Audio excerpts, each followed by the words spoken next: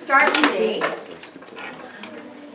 If you have something you feel like you should write down, go ahead. Otherwise, just listen and absorb. Today we're going to talk about Geoffrey Chaucer. And this is indeed one of my favorite subjects to teach. What I have discovered is that high school students can learn to appreciate Chaucer, and I love teaching it to high school students. I'm going to start by sharing the prologue to Geoffrey Chaucer's Canterbury Tales, and I'm going to share it in its original Middle English, which I spent quite a bit of time studying. This is a 128-word sentence, a single sentence. It's the most famous long-winded introduction in English poetry, and it is long, but the stanza is very fluid and beautiful. I want you to hear it in its original language instead of the translation that we will be studying. It's musical, and it is like the spring flowers and the sweet liqueur that it talks about in the poem. Chaucer's poem begins in the season of spring, and it's about mid-April, and the showers have begun to wash and bathe all the plants, as he said. And the virtue of the plant is the flower, which begins to bloom. Zephyrus, the west wind, is gently blowing across the landscape. The sky is halfway through its arc of Aries the ram. So this is a good planting time for people. And he says that at this time, people get a desire to go on pilgrimages. I'm saying it the old way.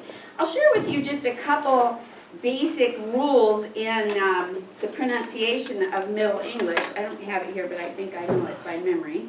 When you have the A, so maybe this will help you understand a little bit.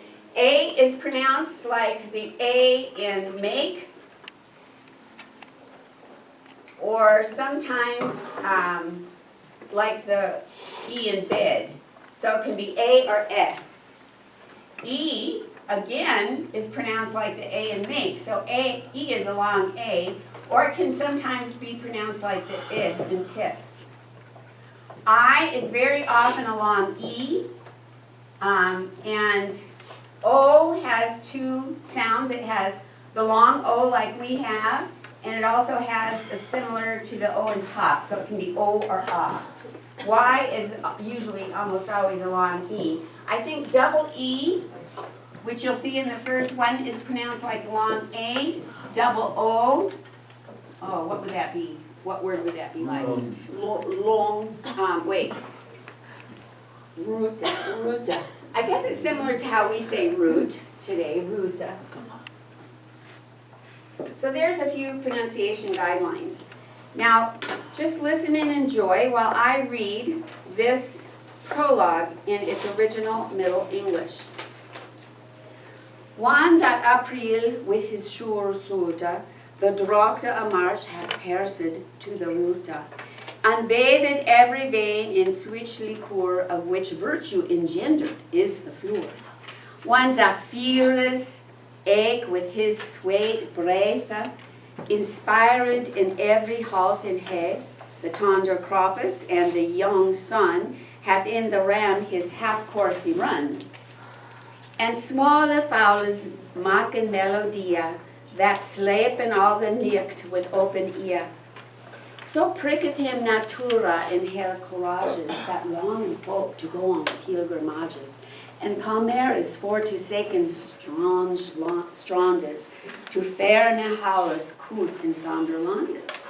And specially from every sheerest end, Angeland and Canterbury they wend, the holy blessful martyr far to sake, that him hath helpen when they were sick. To me, it sounds more close to Irish, and I kind of suspect that Irish, and the Irish have stayed more isolated, might have an accent closer to Middle English, the old English, than England does today. When I was learning it, I kept thinking, this sounds sort of Irish, which I thought was interesting. Now, for those of you who whine about learning Shakespeare, I just read you Chaucer. Now see if Shakespeare, after hearing that, sounds a little bit easier to understand. Shall I compare thee to a summer's day? Thou art more lovely and more temperate. Rough winds do shake the darling buds of May, and summer's lease hath all too short a lease. Does that make Shakespeare sound a little bit more bearable? Let me not to the marriage of true minds admit impediments. Love is not love which alters when an alteration finds, that sort of thing. Okay, so Shakespeare won't be so bad. But fortunately for you, we're going to study Geoffrey Chaucer in a translation. So you will be able to understand what you're reading, but I wanted you to hear how beautiful the original was. Geoffrey Chaucer is such a unique character because this was a time period when you were born to a certain station in life and you stayed there. You can't imagine what that feels like as American citizens today, because you can sit in school and say, I could become president of the United States, I could become CEO of a company, I could move to the Midwest and farm. You can do whatever you want, but people didn't have that privilege then. They were born in a certain class, and that's where they stayed. And Chaucer was born to two parents who were vintners, which means they sold wine. And his connections with all types of society are amazing.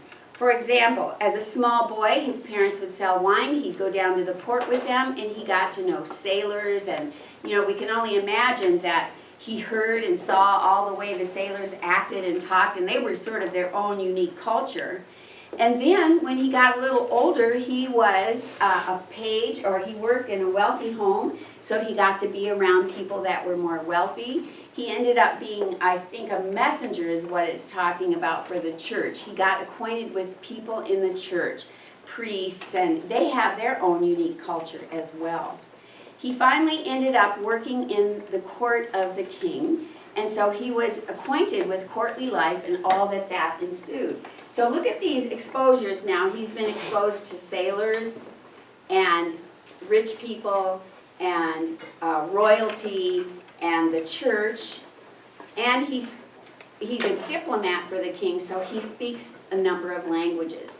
Now, everything at that time was written in French because they were still speaking French in the court, the English court. Remember how the Normans came over and brought all the French and they spoke French for a while? They were still speaking French.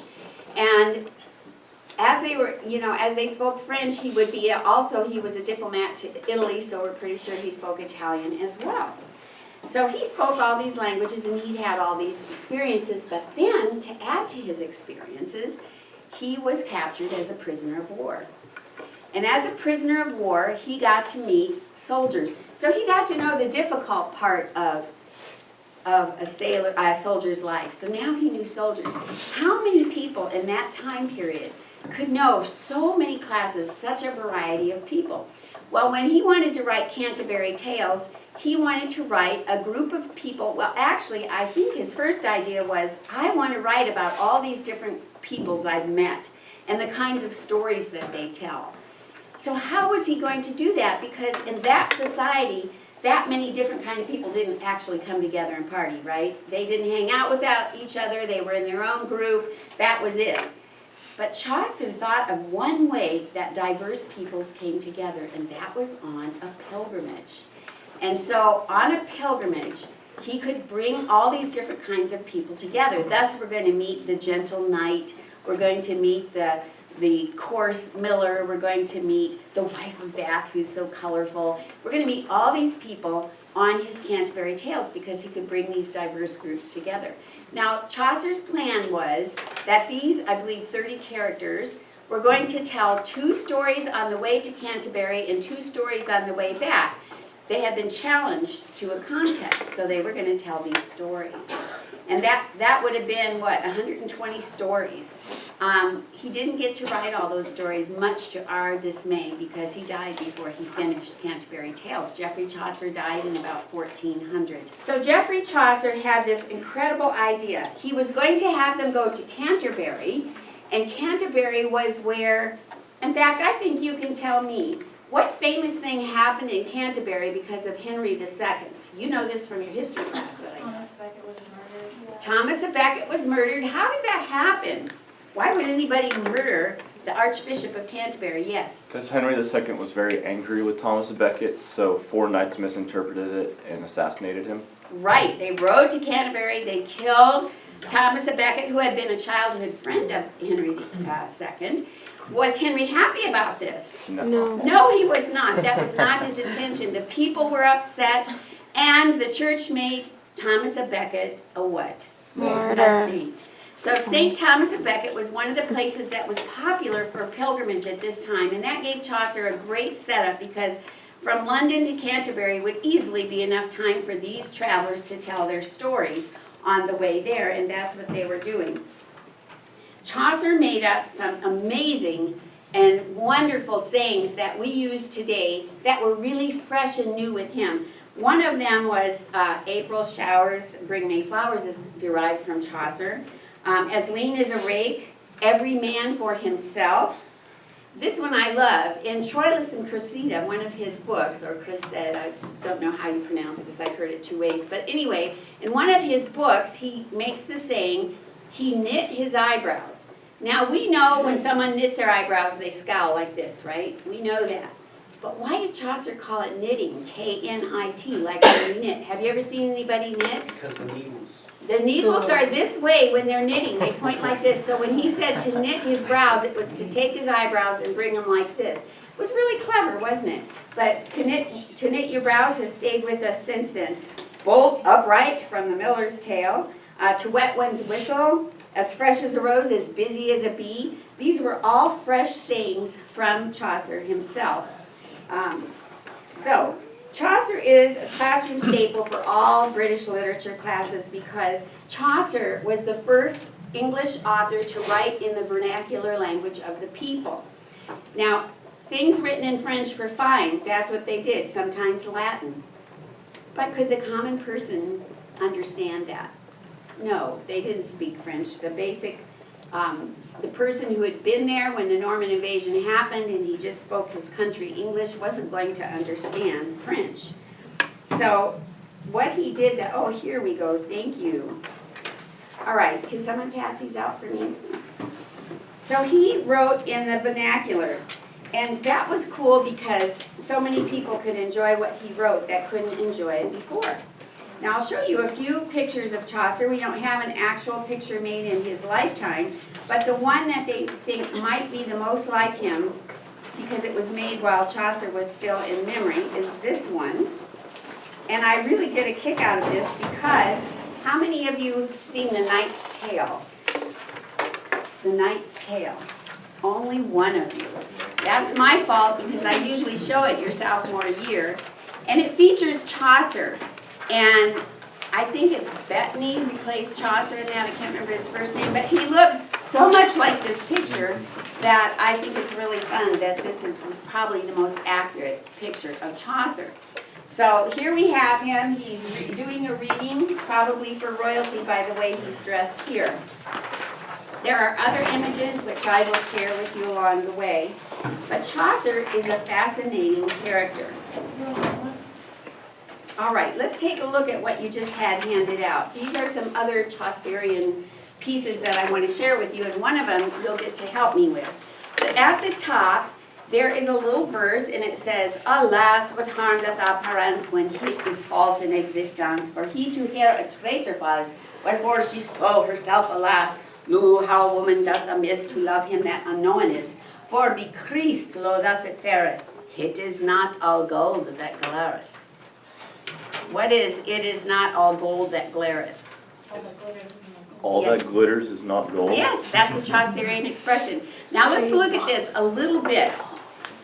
I'm going to just say the words a little bit more modern. Alas, what harm appearance does when it is false in its existence. For he to her a traitor was, wherefore she slew herself, killed herself, alas. Lo, how a woman goes amiss or astray to love him that unknown is. She loved a man she didn't know very well. For by Christ, lo, thus it goeth, it is not all that glitters is not gold. So this guy seemed glittery, but he wasn't gold. He wasn't the real thing. So that is just a little piece that I really like. Here's one that you can finish with me. These words said he for the non alla to help his friend, lest he for sorrow died. For doubtless to don his woe to fall, he walked not what unthrift he said. But Troilus that ne'er for sorrow dead, took little heed of all ever he meant everyone, un it herd a t'other udevent. Okay, you can read that last line with me, right? Let's do it together. Un it herd a t'other udevent. Okay, this is from one of his famous stories, and I'm going to translate it for you because it's really not that hard. These words he said for no other reason but to help his friend so he wouldn't die from sorrow, lest he for sorrow died. For doubtless to don his woe to fall, to decrease his sadness.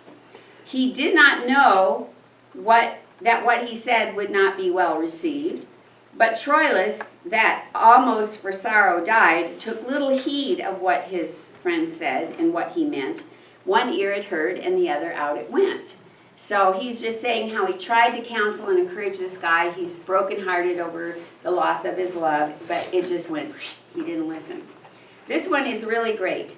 Now that first one up at the top was for you women. It's telling you, don't love a man that you don't know well, right? Be smart. This one is for the men. I warn you well, it is no childish play to take a whiff without advisement. Most men inquire, this is mine assent, whether she be wise or sober or drunkaroo or proud or else otherwise a shrew, a chidster or a waster of thy good, or rich or poor or else mannish would. Okay guys, that's advice to you. Would you like to know what it says? I warn you, well, it is not child's play to take a wife without advisement, without wisdom and advice from others. Most men must inquire, this is my opinion, whether she is wise or sober or a drunk or proud or a shrew or else otherwise a true or a jokester or a waster of goods or rich or poor or man crazy. So those are your things to watch for, gentlemen. Chaucer's advice. You need to know those things about whoever you choose as well. There's a vocabulary list there on the side. Now, on the back,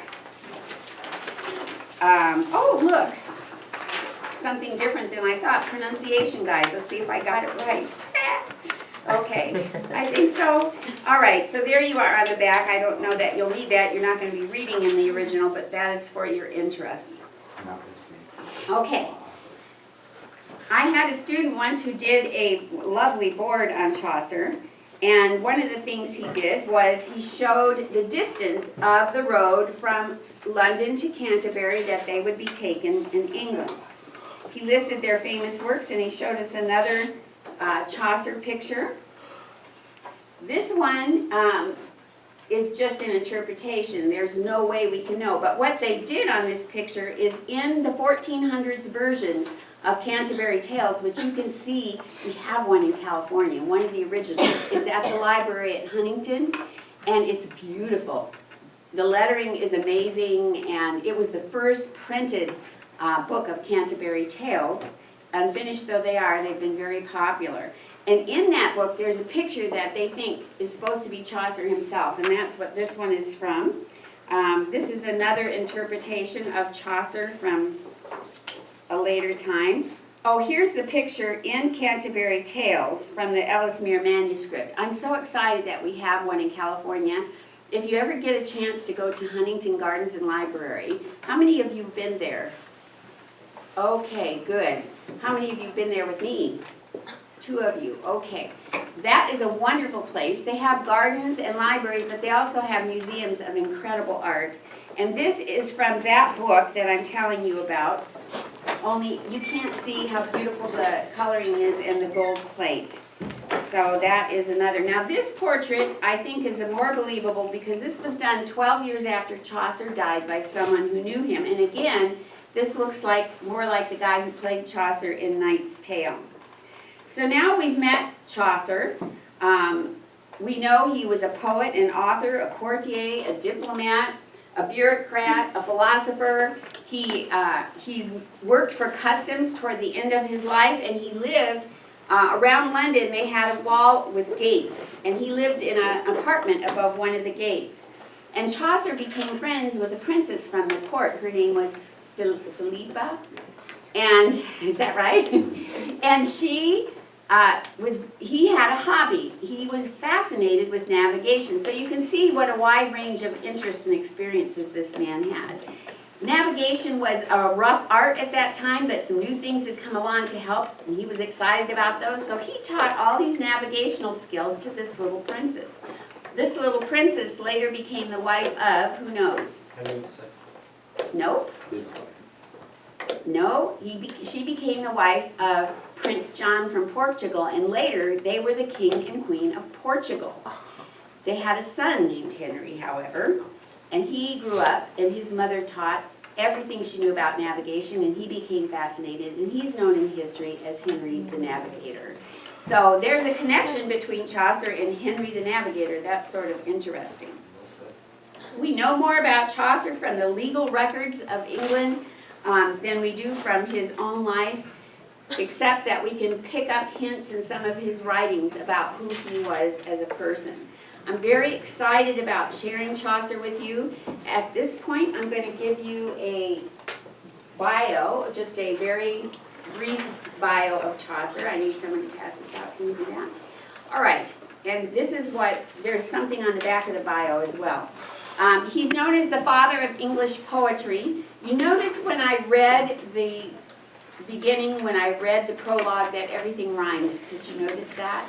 It was written in the rhythm was just so beautiful and wavy. So he's known as the father of English poetry. He was born around 1340. We don't know the exact year, but we do know he died in 1400. So he lived during the medieval period. Like I said, many of his sayings became common to our language. He spoke French, Italian, Latin, and English. He did marry, and he married one of the ladies in waiting from the court, I think, and she had 2 sons, and he dedicated many of his works to his family. He was knighted during his life, so he is Sir Geoffrey Chaucer. So let's look again at his, I have written down here a little bit of his work history. He was a page for Westminster Abbey. That's when he would get to know about the church. He was a student. He went on many expeditions for the king.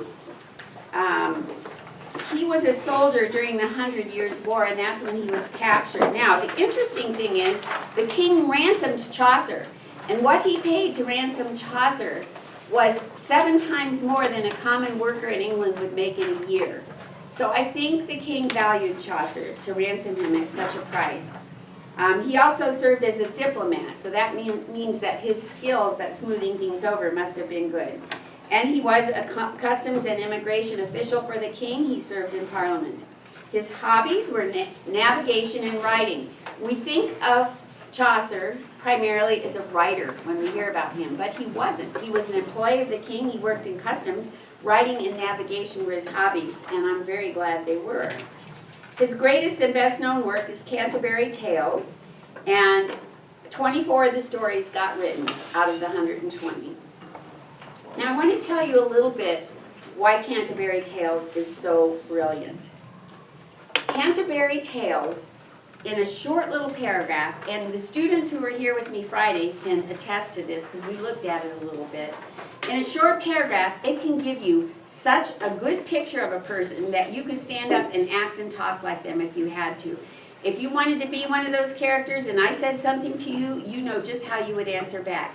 And the interesting thing is that he doesn't tell you directly what the person's like. He never says, oh, they're smart and they're kind and they're this and they, you know. He tells you about them, what they do, and from that you easily can understand who they are. He never passes judgment on his characters. Sometimes he'll tell something about a character very innocently that you read and you think, what a jerk. But he doesn't do that when he's telling about it. He just describes everybody in a neutral way, how they dressed, how they talked, and you learn so much about them. And his ability to really write truly about these characters is outstanding because why?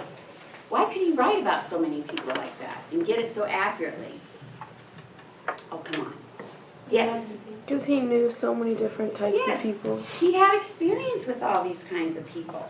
It was just really great. So the tales have been a great benefit to us, not only as literature specialists and people who are interested in writing, but they do so much to tell us the customs and styles of the time. They do so much to help us meet those actual middle-aged people and understand them.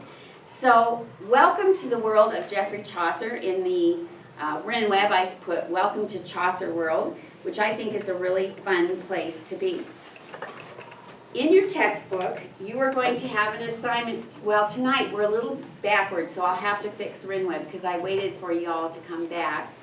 But tonight you're going to look at this bio that I just gave you, and there's also a bio in the textbook which points out a few different things that you want to be aware of.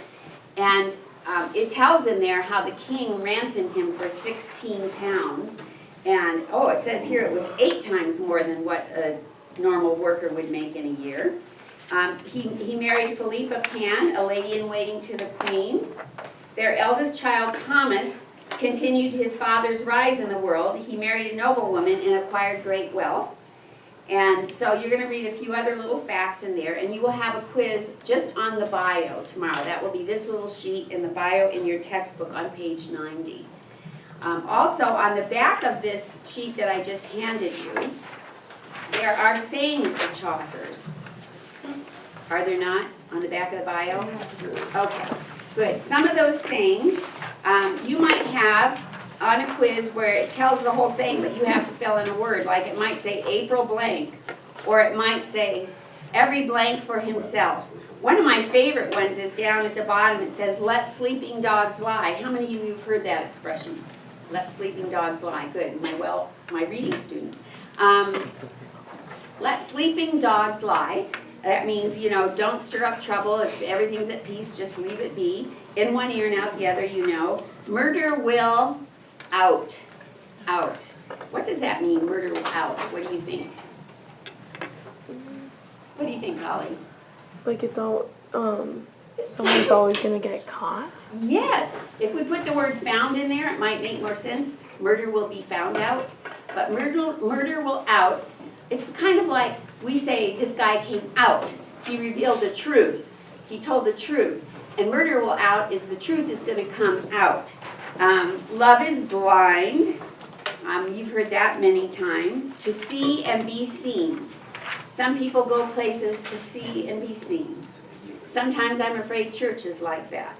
To knit one's brows, they're all there. So you want to review those as well as the 2 bios. Any questions or comments on Chaucer at this point? Those of you who met the first characters, and that's everyone who was here on Friday, tell me one thing you remember about a character. Yes? Yeah, you, Elise. The knight was like almost humble. Yes. He didn't like show off. The knight was a very humble person, yes. The squire was like a lady's man. Yes, he was.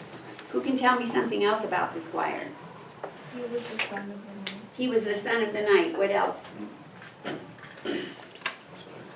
What He else? recited poetry. Okay, he could recite poetry and write poetry. Yes. He could sing. He could sing. He can play the flute. His hair was good. His hair, I love that part. His hair was in tight little ringlets like they'd been pressed. So he had this curly hair. He was tall. He was tall. He was good at something else you haven't mentioned. Dancing. Pardon? Dancing. Oh, Dancing and horseback riding. He was a very good equestrian, so he was preparing to be a knight like his father. Did we get any hints about how the relationship between the father and son was? he like praised his father. He praised his father, he served his father. Later on in the tales, you'll see where he cuts his father's meat for him at dinner. So he's a good son to his father. And anything else about his appearance? We said he had curly hair. Do you remember anything else about his appearance? He wore simple robes, I think. Yes. He was finely dressed. He was finely dressed, and in comparison to his father, who just wore his tunic that went under his armor. And Chaucer mentions that there's a few black stains on the tunic from the metal of his armor, which probably just wouldn't come out. There were flowers on his shirt, right? Yes, he had embroidered flowers on his shirt, the squire did. Okay, who can tell me something about the nun? The nun, yes. She was a tease. She was a tease, she was a little coy, yes. She was really like sensitive to the child or like the littlest thing. Very sensitive. It said if she saw a mouse dead in a trap, she would cry. She speaks French like the countryside. Okay, she spoke Oh, yeah. French. She really wanted to appear aristocratic and courtly, but the French in the court was more of a Parisian style, and she spoke a country style French. She was a great singer. She had a beautiful voice, thank you. Yes, She had 2 little dogs with her. yes, she had her 2 little dogs. She had gray eyes. She had gray eyes, that's right, and a broad forehead. And from Chaucer's point of view, the way he described her, I think he was describing someone he thought was attractive. Okay, there's one more character we talked about that hasn't been mentioned, yes? The yeoman. The yeoman. Who did I say he reminds me of? Anyone know? Yes. Robin Hood? Yeah. Robin Hood. He's a Robin Hood sort of guy in a way. He's all dressed in green and he's a forester. So that made me think of Robin Hood. What can you tell us about him? He has a wrinkled face. Yeah, he's so much sun and outdoors so much that it says his face is brown, so he's tan, and he looks like a nut. So if you picture a walnut and how wrinkly the shell, is, that's what he looked like. His skin was all wrinkled. What else do you know about him? Was he talkative? No. Didn't seem that way, yeah. He had peacock feathers for his. Right, his arrows were made with peacock feathers. Tell me about his gear. Tell me about his gear, Cole. All polished. And Everything was polished and perfect and beautiful. He was very neat, and the amount of gear he had hanging on him, which I don't think you'll remember all of it because there was so much, he was prepared for anything. He was prepared for anything. Now, these are characters that the rest of you have yet to meet and will be meeting in tomorrow's reading, but tonight I just want you to prepare for the bio. I think that is all we're going to talk about today. I'm really excited to be sharing Chaucer with you, and I hope you have fun. We're going to do some things where each of you is going to choose a character and be that character, and you'll be amazed how easy it is to do. In fact, let me tell you what the class did while those of you who were gone. This class on Friday, after learning about 4 characters, picked 2 of them and wrote an imaginary conversation between the 2. And I read through them all, and I was laughing so hard. They are so accurate. They already got the characters of these people down well enough that they could write a conversation that sounded very accurate. And you will get to make that up since you weren't here, but that's what they did on Friday. Okay, so in your book, if you want to look, it's page 90, that the other bio that you're going to be studying. And that is it for today. Welcome to Chaucer World. Yes.